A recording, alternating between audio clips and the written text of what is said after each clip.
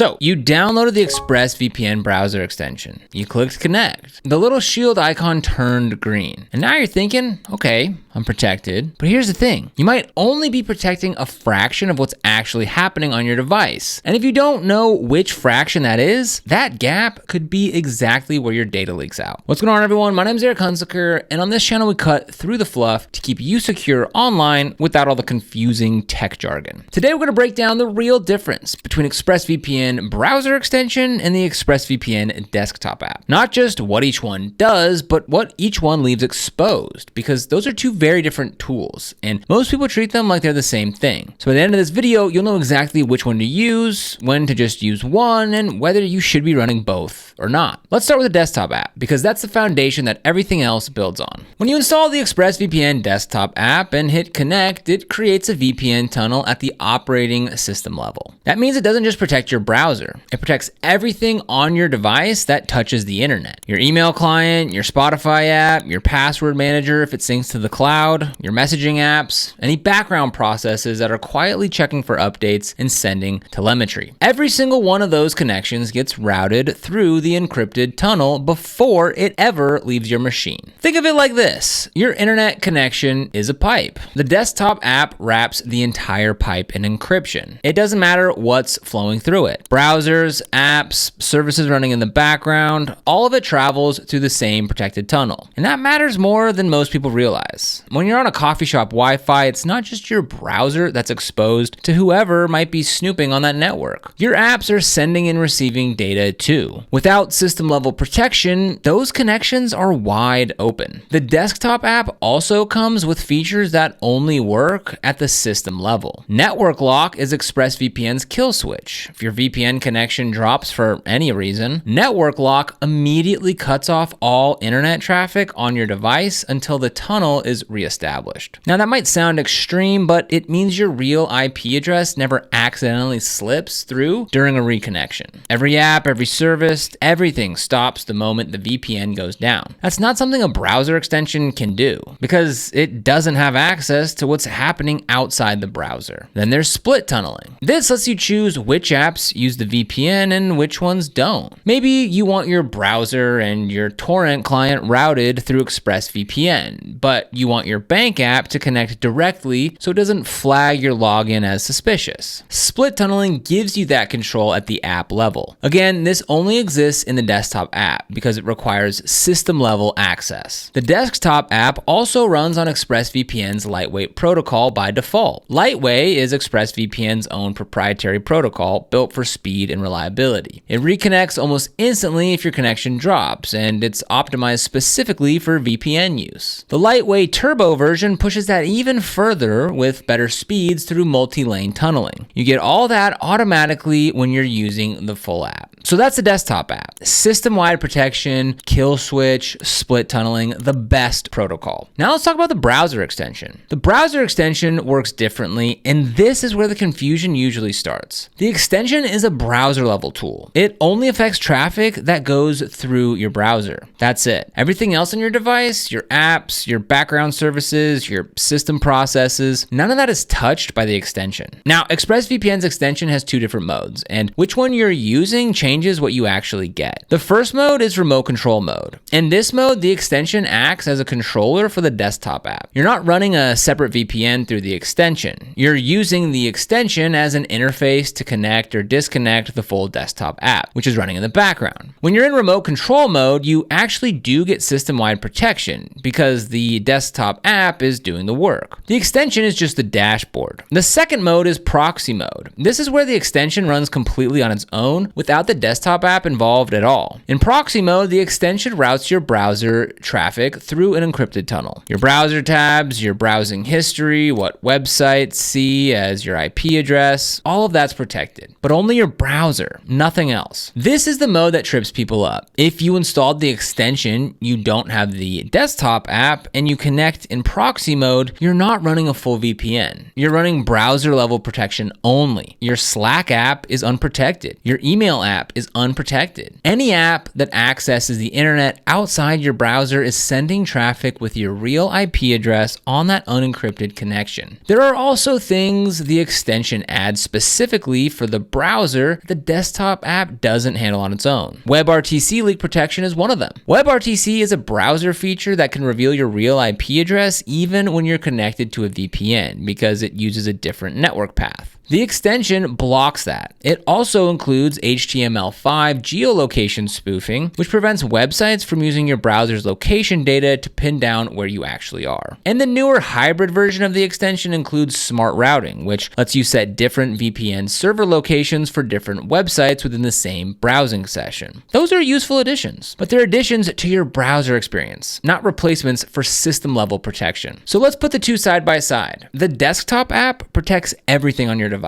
The extension in proxy mode protects only your browser. The desktop app has network lock, a kill switch that blocks all traffic if the VPN drops. The extension has no kill switch for non-browser traffic. The desktop app supports split tunneling, so you can pick which apps actually use the VPN. The browser extension has no control over non-browser apps at all. The desktop app runs the lightweight protocol. The extension in proxy mode routes through an encrypted tunnel, but without the same protocol level performance. The extension adds WebRTC protection and geolocation spoofing specifically for the browser, which the desktop app doesn't cover on its own. When would you actually use just the extension? If you're in an environment where you can't install a full desktop app, like a managed work computer or a shared device where you only have permission to add browser extensions, the extension in proxy mode gives you something rather than nothing. It still hides your browsing activity and masks your IP at the browser level. That's meaningful in some situations. The hybrid version of the extension also makes it useful on platforms where a traditional VPN app doesn't exist at all, like the MetaQuest VR headset. There's no operating system level VPN app for that environment, so the browser level extension fills a real gap. Now, can you run both at the same time? Yes, and in fact, that's the ideal setup for most people. When you have the desktop app running, the extension switch to remote control mode automatically. You get system-wide encryption from the app, and you get browser-specific features like WebRTC protection and geolocation spoofing from the extension on top of that. Both tools doing what they do best at the same time. Now, here's my recommendation. If you're using ExpressVPN for real privacy protection, the desktop app needs to be your starting point. That's a tool that actually protects your device, not just your browser, your whole device. The extension is a great companion. The WebRTC protection alone is worth having, especially if you do any video calls or use apps in the browser that might expose your real IP. But thinking of the extension as a standalone replacement for the full app is the mistake that leaves people protected in their browser and completely exposed everywhere else. So download the desktop app, connect through that. Add the extension for browser-specific protections on top. And if you're ever in a situation where you can only use the extension, know exactly what you're getting. Browser level encryption, nothing more. And if you want to get started with ExpressVPN, we've got a link for you in the description below. That'll bring you to this page right here where you can click on Get ExpressVPN. And from here, you can go ahead and choose from one of their 3 different plans. They've got Basic, Advanced, as well as Pro. Now up here in the top right-hand corner, you can choose the initial service term. You're going to get more savings the longer you commit to, but here's the 2-year pricing, here's the 12-month pricing, and here's the month-to-month pricing. Now on the 12-month and the 2-year pricing, you get a 30-day money-back guarantee, so you can go ahead, try it out, see if it's going to work for you, and make your decision within 30 days. Again, we'll have links for you down in the description below. These are affiliate links, which means we do earn a small commission when you use them at no extra cost to you. These commissions really help support the channel and allow us to continue to create free content just like this, so if you end up using them, we thank you so much in advance. And if you found this video helpful, don't forget to like, subscribe, and hit that notification bell so you never miss another video. Here on the channel, we cover everything from VPNs and cybersecurity to how to stay safe online and detailed product comparisons. So be sure to subscribe. But other than that, thank you so much for watching. We'll see you here in the next video.